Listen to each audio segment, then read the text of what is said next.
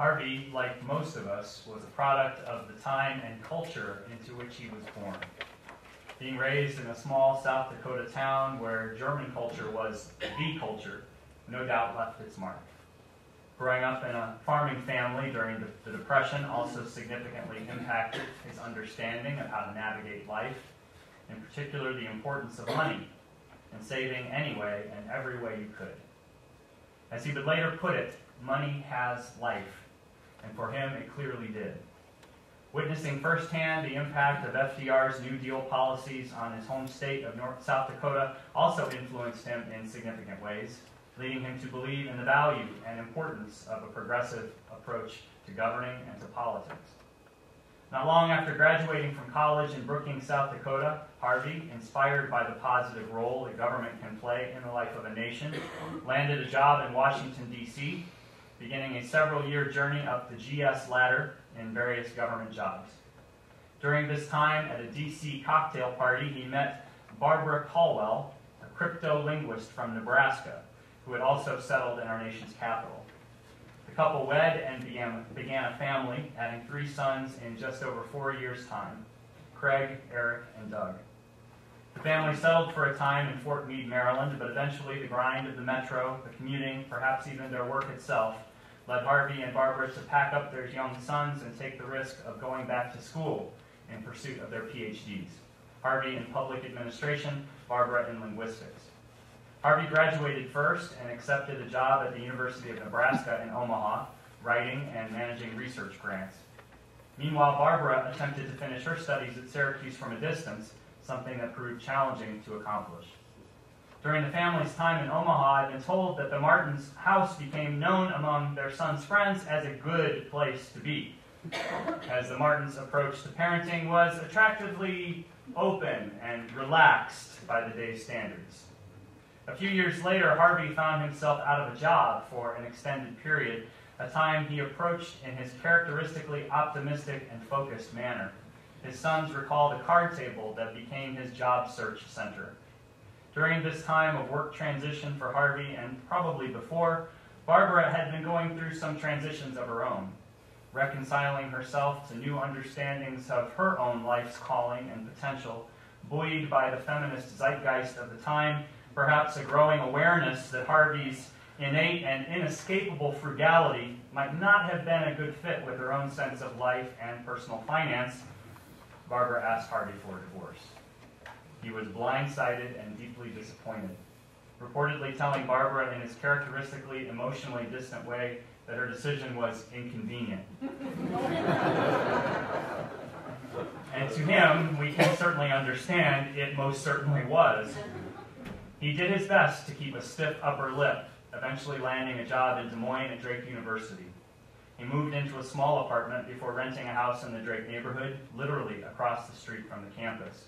His sons, Eric and Doug, made their way to Des Moines too, sharing the house with their dad while they went to school, happy to accept his enthusiastic support of their musical endeavors, transforming a portion of the basement opposite Harvey's makeshift wine cellar to a rehearsal studio and hangout, creating in the process a hub of wine, women, and song. Apparently known on campus as the place to be. Harvey, ever ready the host, enjoyed the activity and the influx of young people to meet. Eventually, Harvey moved to the house on Rutland, where he spent most of his Des Moines years, a house with an even bigger basement for music and for winemaking. During these years, Joe Colling became an important friend of the family, regularly coming over to play music, sometimes with his kids in tow. He said the Martens' home was always open. Whenever you wanted to show up, you were welcome. Even after the days of music in the basement had faded, Joe would return to share traditional Christmas pizza with the Martens and looks upon those times as treasured memories. Eric and Craig appreciated their father as a parent, they told me, even as they sometimes resisted his occasional lecture. They appreciated how he didn't hover and encouraged them to pursue their interests, believing that his support of their music in particular helped pave the way for music being an important part of their lives even today. After his sons moved out, Harvey accepted roomers, as he called them, college students that helped him fill the big house with life and help pay the bills. Meanwhile, particularly after he retired in 1993, he further developed the social connections that brought him joy through various regular gatherings of friends and interest groups. Harvey was a very social and caring person and did not hesitate to volunteer for the people, causes, and organizations that were most dear to him. Throughout his life, he maintained an interest in the way organizations functioned, even what many of us would call the tedious aspects of organizational life, and he could often be found attending meetings, conventions, and conferences related to his various interests. He was an active participant at the First Unitarian Church of Des Moines until his health got in the way. He hosted summer church services on the church patio for years, sometimes even offering some of his wine in makeshift UU communion ceremonies. Harvey was a self-proclaimed humanist who appreciated the humanist history of the church, in particular the writing and thought of a former minister named Curtis Reese, known by some as one of the fathers of religious humanism. Harvey was a participant in the activities of Unity Circle, a senior group in the church, and oversaw Singletarians, a singles group that met at the church for many years. It was at the church in 1996 that he met Yuhua, the woman who would be his companion for his later years in life and who would become his wife in 2008. Harvey was suspicious of modern medicine, preferring alternative healing approaches, and was always slow to go to the doctor. 8 years ago, when he came down with a bad case of gangrene, a result of his up-to-then undiagnosed diabetes, it was Yuhua who insisted that he get it treated.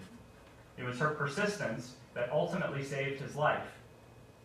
When he was diagnosed with lymphoma of the brain this fall, Yuhua again helped him stay focused on his treatment and held out hope for his recovery, even when hope was no longer a reality. It was her love for Harvey that kept her focused on the possibility that things could return to the way they were.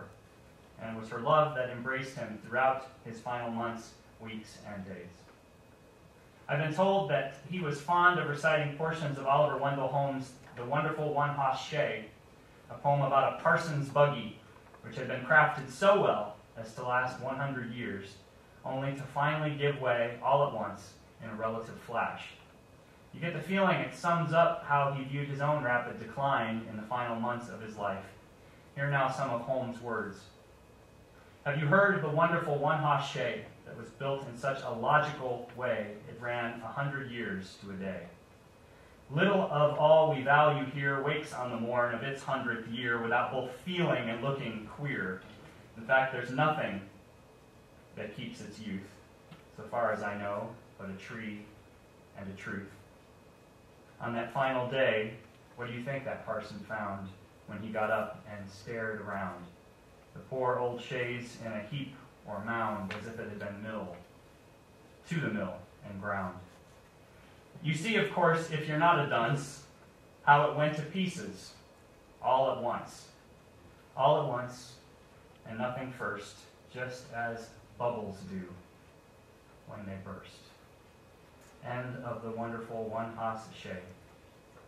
Logic is logic. That's all I say.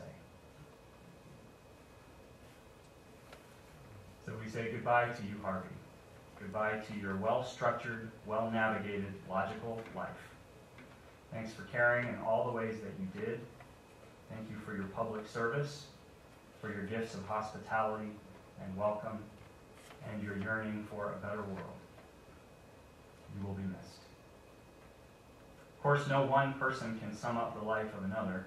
Life is too precious to be passed over with mere words. Rather, it must remain as it is, remembered by those who loved and watched and shared. Because these memories are alive, they are unbound by events of birth or death. And as living memories, we possess the greatest gift one person can give to another. And after the death of someone we hold dear, there is an empty space that remains, an empty space once filled with life that touched our own. So we have gathered this day in reverence for the life that was, but also in remembrance that this empty space is merely an illusion.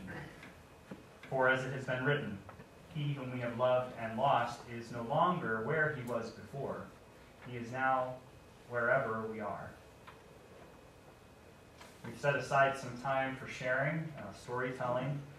In a moment, I'll invite you to come forward and share a story of Harvey. And first, we're going to hear from Craig, his son. And once Craig is done, I invite you to come forward as you were moved and to share a story or a memory. I do ask that you come to the podium and speak into the microphone so that all will be able to hear, and so the recording that's being made will have your voice on it. And I encourage you to err on the side of brevity in your reflections. If there are silent spaces between the speakers, we can use the time to nourish a silent memory or offer a prayer of gratitude.